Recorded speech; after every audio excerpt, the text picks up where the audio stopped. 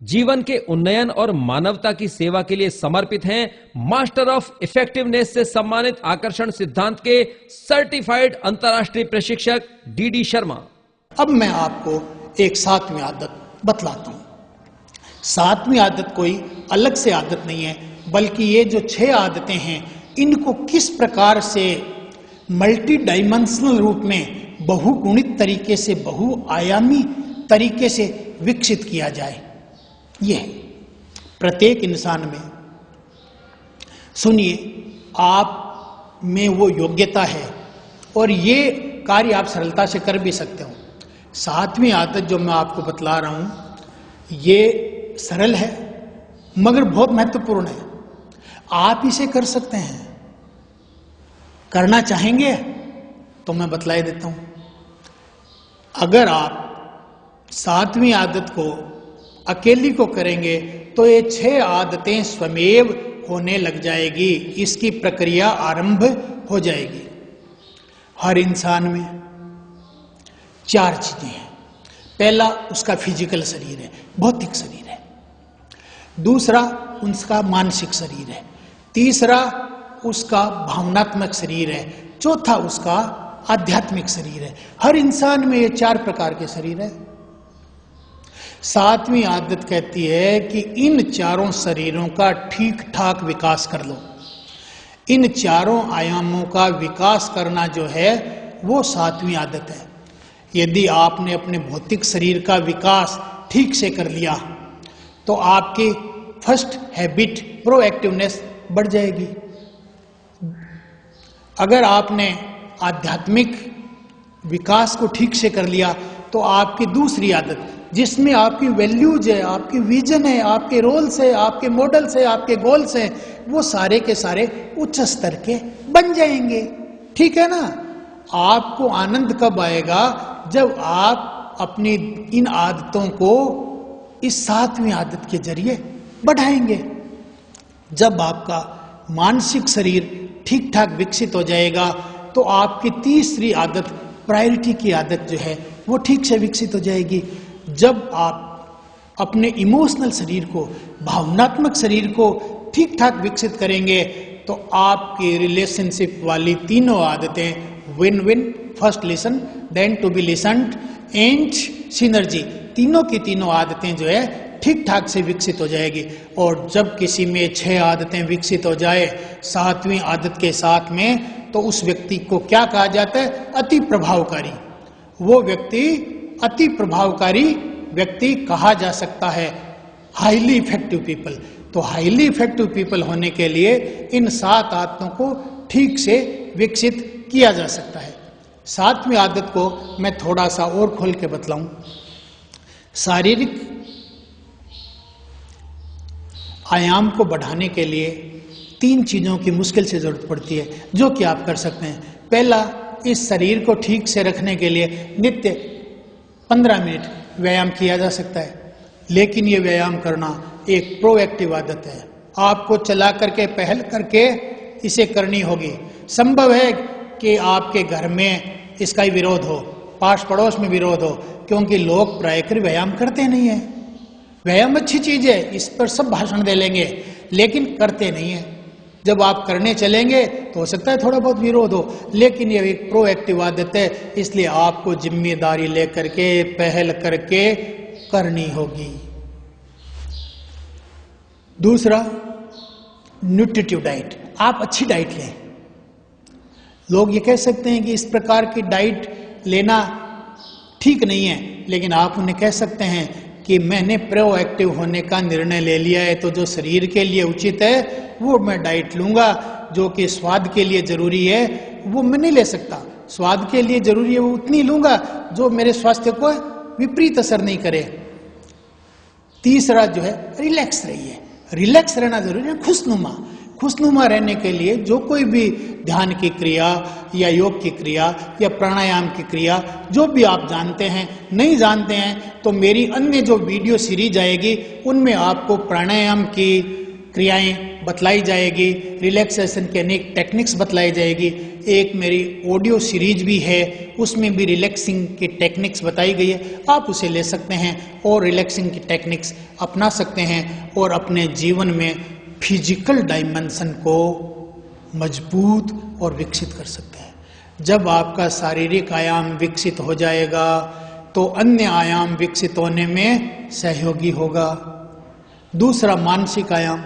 मानसिक आयाम के विकास के लिए आप नित्य 15 मिनट किसी अच्छी पुस्तक का अध्ययन करें। देखो, अखबार पढ़ते हो आप, मैं इसके विपरीत नहीं हूं, लेकिन अखबार में ऐसा क्या पढ़ते हो जो जीवन में काम आएगा? कई लोग घंटे घंटे भर तक अखबार पढ़ते हैं। मैं देखता हूं कि वो सब क्या पढ़ रहे हैं। वो ये पढ़ रहे हैं कि दुनिया में क्या क्या निगेटिव हो रहा है। अखबारों में लगभग वही चीजें आती है, क्या क्या निगेटिव है वो अखबारों में परोसा जाता है और वो आपके दिमाग में चला जाएगा तो आपको क्या मिलेगा? निगेटिव। निगेटिव बातों से भला किसका भला हुआ है? इसलिए किसी सकारात्मक पुस्तक को 15 मिनट तक पढ़िए। और ये जो मानसिक आयाम है, इसका आपके शारीरिक आयाम पर भी अच्छा असर पड़ेगा और आपके अन्य आयामों पर भी। तीसरा है आध्यात्मिक आयाम। आध्यात्मिक आयाम का मतलब है कि जिस किसी भी धर्म में आप पैदा हुए हैं, जिस किसी भी इष्ट को आप मानते हैं, उसमें प्रतिदिन 15 मिनट ये सोच करके लगाएं कि मुझे इस आध्यात्मिक चीज की जरूरत है। लोग क्या है कि फॉर्मेलिटी के बतौर करते हैं, वो इसकी आवश्यकता नहीं समझते कि मुझे आध्यात्मिक ताकत की जरूरत है। अगर मैं आध्यात्मिक रूप से कमजोर रहा तो लोग मुझे रोन देंगे, लोग मुझे कचोट जाएंगे, लोग मुझे परेशान कर डालेंगे, मैं शक्तिहीन हो जाऊंगा, आधारहीन हो जाऊंगा, मेरी बुनियाद खत्म हो जाएगी। ये सब बातें उन्हें नहीं मालूम है। तो मेरे कहने का आशय ये है कि आप अपनी जरूरत समझ करके, आप अपनी कुशलता समझ करके और आप अपनी इच्छा शक्ति के साथ में आध्यात्मिक दौलत को अर्जित करिए। अगर ये तीनों चीजें नहीं होगी, कौन कौन सी? फिर से सुन लें। अगर आपको जरूरत नहीं होगी तो मंदिर जाना व्यर्थ है। अगर आपने ये मान लिया कि मंदिर जाने से कोई लाभ नहीं है तो फिर मंदिर जाने का कोई औचित्य नहीं है। यानी आपको जरूरत महसूस होनी चाहिए कि मंदिर जाने से लाभ है तो मंदिर जाइए। दूसरा है कि आप कुशलता पूर्वक, विवेक पूर्वक ये बात जान रहे हैं कि मंदिर जाने की मुझ में योग्यता है, मेरे हाथ पांव काम कर रहे हैं, मैं जा सकता हूं, तो जाइए। यानी आप में स्किल होना चाहिए वो काम करने के लिए। और तीसरी है, आप में इच्छा होनी चाहिए। अगर इन तीनों में से एक भी चीज नहीं हुई तो आप में आध्यात्मिकता की आदत नहीं बनेगी। इसलिए ये तीनों चीजें जरूरी है। न केवल आध्यात्मिकता में, बल्कि मैंने जो तमाम 6 आदतें बताई है उनमें यही त्रिकोण रहेगा। कौन सा त्रिकोण? आप में इच्छा होनी चाहिए, आप में स्किल होना चाहिए और आपके अंदर जो है एटीट्यूड हो, जिस एटीट्यूड से आप वो काम कर सकें और आपको जरूरत हो। अगर आपको जरूरत है, अगर आप में इच्छा है और अगर आप में स्किल है तो ये एक ऐसा नेक्सस है, एक ऐसा बिंदु है जिस बिंदु से आप में आदत विकसित होने लग जाएगी। और जब किसी चीज की आदत बन जाती है तो कार्य करना बहुत सरल हो जाता है। इसी प्रकार से भावनात्मक आयाम को विकास करने की बात है। भावनात्मक आयाम जो है आपको इन की तरह अलग से करने की जरूरत नहीं है। जैसे कि शारीरिक आयाम को बढ़ाने के लिए आपको 15 मिनट देने की जरूरत है, आध्यात्मिक के लिए 15 मिनट देने की जरूरत है, मानसिक आयाम में वृद्धि करने के लिए 15 मिनट जरूर देने की जरूरत है। इस प्रकार से भावनात्मक आयाम को विकसित करने के लिए अलग से टाइम देने की जरूरत है।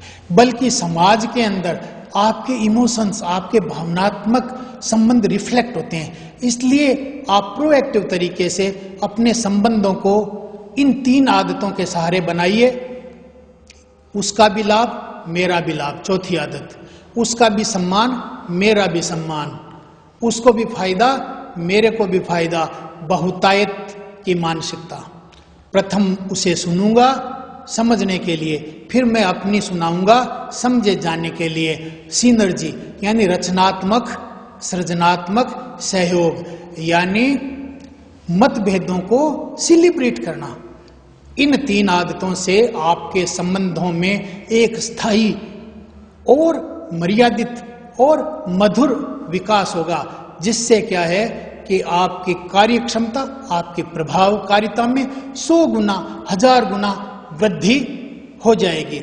अब मैं इस पूरी 7 आदतों को एक साथ ऐसा कहना चाहूंगा कि प्रथम 3 आदतें, गौर करिए, प्रथम 3 आदतें कहती है आप कमिटमेंट कर सकते हैं, आप कोई प्रोमिस कर सकते हैं।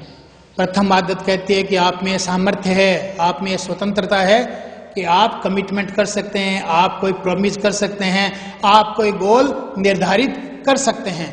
दूसरी आदत कहती है कि उस गोल को रख लीजिए, लिख लीजिए, प्रॉमिस क्या है लिख लीजिए। तीसरी आदत कहती है उसे पूरा कर लीजिए। तो make the promise, keep the promise, 3 आदतें इसी एक ही सेंटेंस में आ गई। क्या? मेक द प्रॉमिस, प्रॉमिस करिए और निभाइए। Make the promise, keep the promise. और बाकी 3 आदतें हैं वो रिलेशनशिप में आ गई। 7वीं आदत कहलाती है शार्पनिंग द सॉ, आरी की धार को तेज करना, ताकि आप नित नए ऊंचाइयों पर अपनी इन 6 आदतों को विकसित कर सकें। मैं सोचता हूं कि जिन लोगों को हमने ये 6 आदतें सिखाई, उनकी 10,000 रुपए मासिक आमदनी थी, आज वो 1-1 लाख रुपए मासिक आमदनी कर रहे हैं।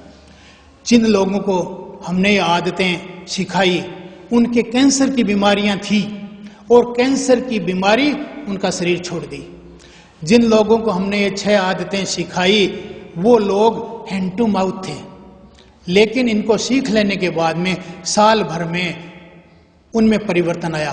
5 साल बाद बड़े कारपोरेशन के चीफ एग्जीक्यूटिव बन गए, बड़े बड़े उन्होंने समृद्धशाली कंपनियां खोल ली और अच्छे खासे अमीर हो गए। आपके लिए अब मौका है कि आप इन 6 आदतों को सीखिए। आपको वीडियो सीडी में उपलब्ध करा दी गई है ताकि ये आप में एक सीखने की ललक पैदा कर सके, और खास रूप में ये सिखाई जाएगी वर्कशॉप में।